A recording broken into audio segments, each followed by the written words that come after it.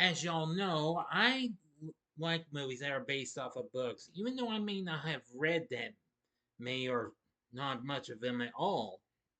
I mean, we've had movies out like Harry Potter or even The Lord of the Rings or any others. But there's this one film that came out 15 years ago today. I feel like didn't get much credit for what it had to offer, or even doing so well. Though it did okay, though. But prepare yourselves and spread out your wings, because here's my review of Legend of the Guardians, The Owls of Gahul. Big D's Entertainment Rankings and Reviews.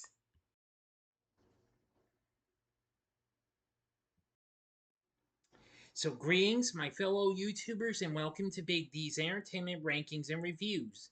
My name is the Big D, of course, but no, that's what I go by.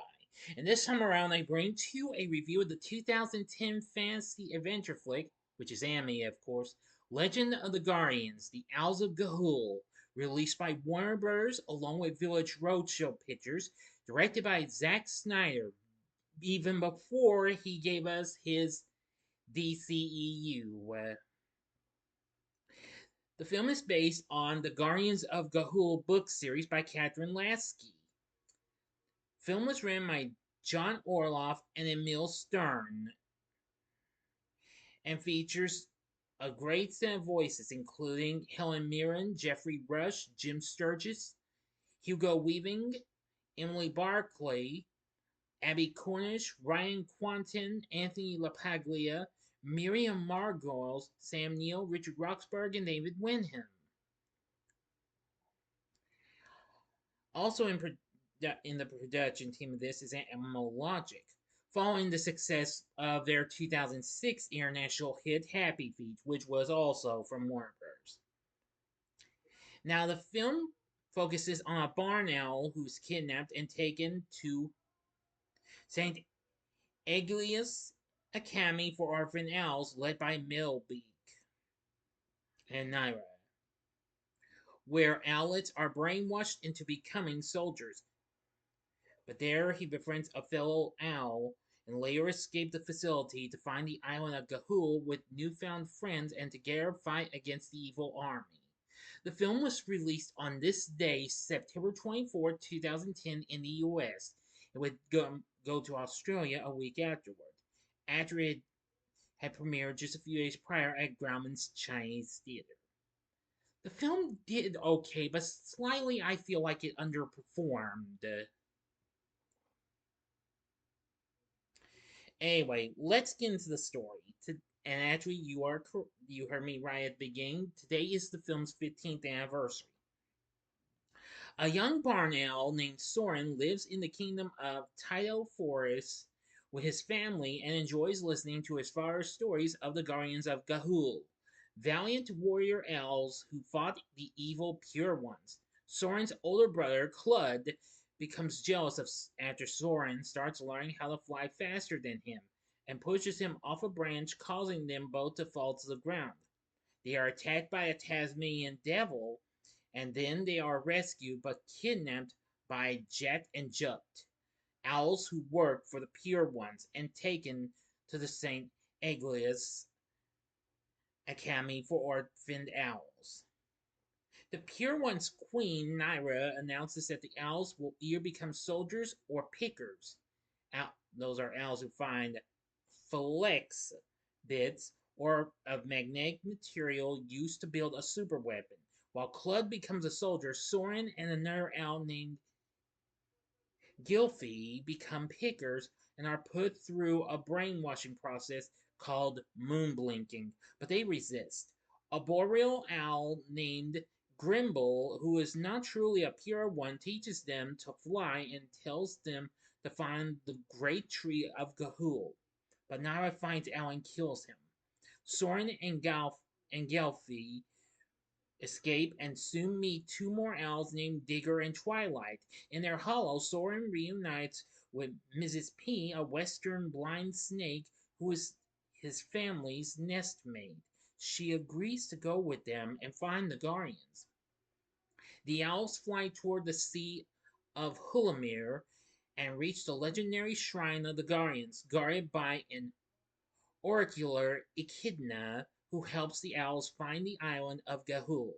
While flying, the band encounter a fierce snowstorm and Digger's wings freeze, causing him to fall into the sea. They are saved by two owls, Boron and Baran, king and queen of the Guardians, and are led to the great tree of Ga'Hoole, where Soren tells the Guardians about the Pure One's plans. Boron sends a great gray owl called Alamir out to investigate St. Eglius. The owls stay in the tree of Ga'Hoole and are looked after by a young short-eared owl named Otilisa, whom Soren falls in love with. One day, Soren learns that Islib, sorry if I mispronounced that, his teacher is really Lies of Kiel, who defeated Melbeek, Nyra's mate. Alamir returns from his encounter his scouting mission, which news that his two wingmen were killed in an ambush. He brings back two moon-blinked owlets, one of which is Soren's younger sister, Eglantine. The Guardians prepare for battle and fly towards St. Eglius. Eglantine tells Soren that it was Clud who moon-blinked her and gave her to Alamir, confirming that Alamir is a traitor and the Guardians are actually flying into a trap. At St. Eglius, they find Melbeek holding the Guardians captive in a magnetic field guarded by bats. Now for the ending, you must stop this video at once, go to the description box below, fast forward to the time below as I count down now. If you've seen this already, please continue. Okay, you've been warned. While Twilight, Gylfi, and Digger fend off the bats and Lice duels Melbeek, Soren navigates his way through a forest fire and lights a lamp which he smashes against the magnet's ropes, sealing their covers and neutralizing the trap. Clud attacks him out of rage. Soren is shocked that his brother has become a Pure One, to which a glory-obsessed Clud tells him that the Pure Ones believe in him in a way he has never felt before. Clud continues to attack Soren until Clud breaks his wing and falls to his apparent death into the fire below.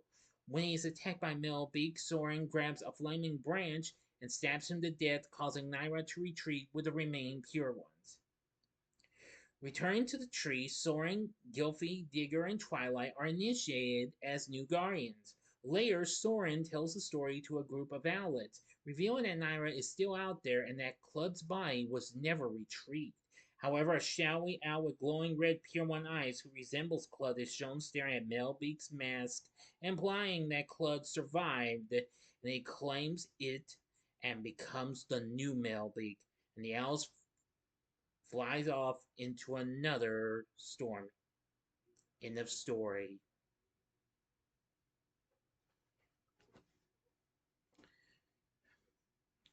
So what did I think of Legend of the Guardians, the Owls of Ga'Hoole? I'm going to say it's a nice film.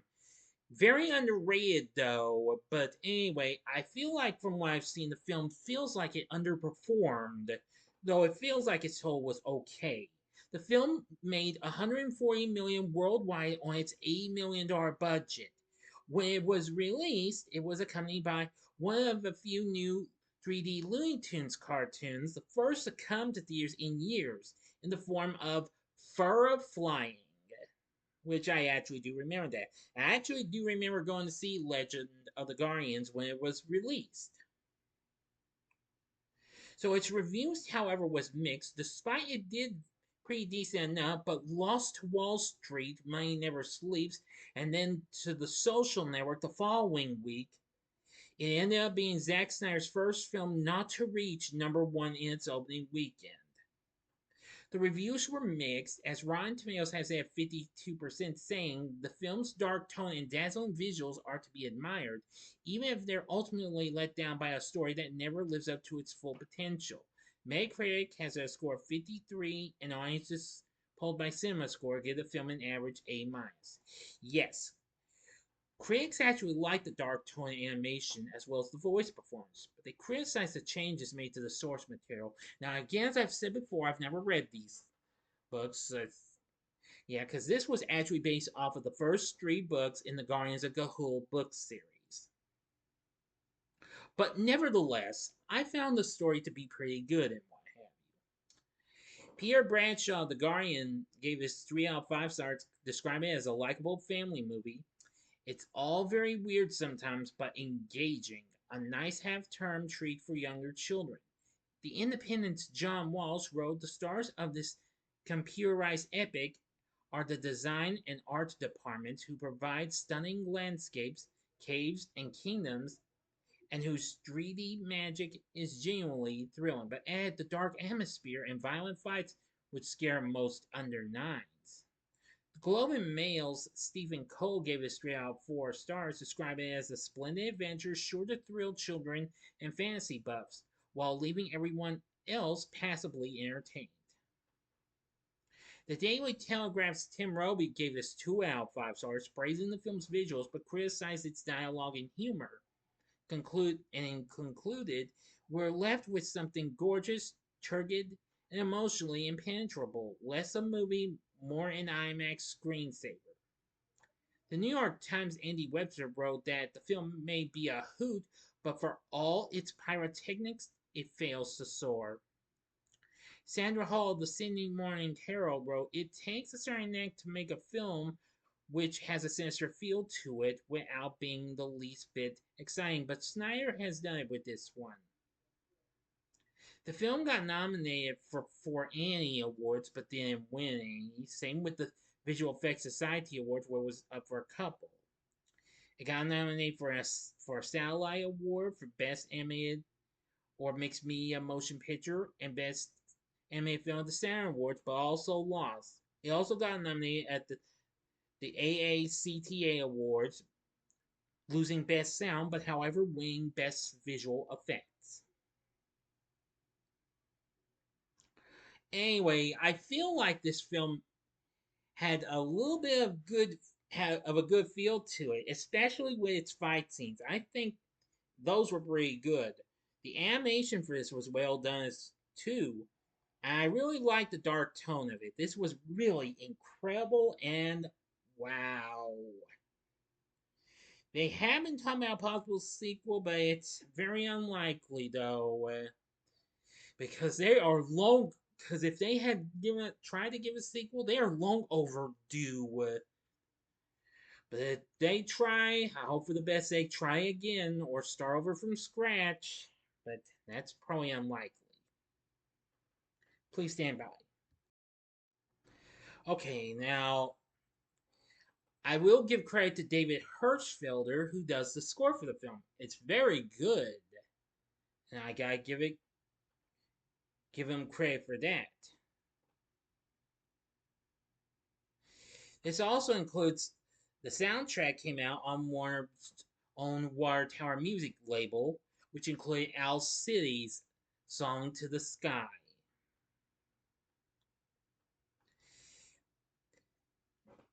The film has a pretty good voice acting cast. Voicing Soren is Jim Sturgess, who had recently done films like Across the Universe and 21, and he's done lots of other films afterwards. I must admit, he does a good job. Emily Barclay voices Gylfi. Now, apparently, this is the only film I know of that hers. I think she's done mostly others in Australia or New Zealand because she was born there. Ryan Kwanten voices Clud, and I'll say he's pretty good. David Wenham voices Digger, really good. Anthony LaPaglia voices Twilight. I gotta give him credit for that performance as well. Dame Helen Mirren voices Naira, and I'm gonna say very good. Voicing, well, I won't say his real name, but Lies of Kiel is Geoffrey Rush, who most of you know him from the Pirates of the Caribbean franchise and several other films. Joel Edgerton voiced Meadowbeak, a very good character. His name was revealed as Surtur in the video game, which WB Games released after that. Hugo Weaving voiced two characters, Noctis, Soren's father, and Grimble. Adrian DeFaria voices Eglantine. Very good. Miriam Margoyles, who had done voice acting work in James and the Giant Peach and Tim Burton's Corpse Bride, as well as appear as Professor Sprout in Harry Potter and the Chamber of Secrets, voices Mrs. Clithiver. Sam Neill, who I know from the third Omen film, as well as some of the films in the Jurassic Park franchise, voice Alamir. Very good. Sacha Horler voices Strix. Very good. Abbie Cornish as Otolisa. Very good. Richard Roxburgh, who I've seen in Moulin Rouge, Van Helsing, lots of others, voices Boron. And Essie Davis voices Morella, Soren's mother. Deborah Lee Furness voices Barand. And yeah. Oh yeah, Lee Wanell, who had recently worked on the Saw series and then soon followed up with the Insidious series, plus Angus Sampson voiced Jet and Judd. Oh yeah. So anyway, I will say the cast is absolutely good. So with everything said, Legend of the Guardians, the Owls of Ga'Hoole, I feel like this is a very rare gem and what have you from the that came direct from the animation department of Warner Bros. This is still before the Warner Animation Group was even founded. But of the whole, I found this to be very good and entertaining with its great dark atmosphere. Its story was pretty decent, and it had such great action sequences, great animation, and great characters, and a great voice acting cast too. So with everything said, oh yeah, one more thing, a great score. So with everything said, would I recommend Legend of the Guardians, the Owls of Ga'Hoole? I would say sure, go ahead, give it a try. I think you'll really like it if you give it a try. So, what did you think of Legend of the Guardians, the Owls of Ga'Hoole? Let me know in the comments section below. If you like this video, click the like button, subscribe, and be a part of the Big D Nation. Continue to help support my channel, and you know the rest. Join me next time when I review the original Death Stalker. So, if you like this, check out my reviews for some of these other films that were based off of books that kids or youngsters could enjoy. In the upper left-hand corner, check out my review of the film that started it all, Harry Potter and the Sorcerer's Stone from 2001, or you can go to the upper right hand corner and see my review of its sequel, Harry Potter and the Chamber of Secrets from 2002, or if you want, go to the bottom left hand corner and see my review of Percy Jackson and the Olympians, The Lightning Thief, which was released a few months before this that same year. And the bottom right hand corner is the button you can click to subscribe. If you like rankings and reviews on movies, TV, music, video games, etc., then I'm your guy. Thanks for watching. Until next time, I'm the Big D saying, see ya.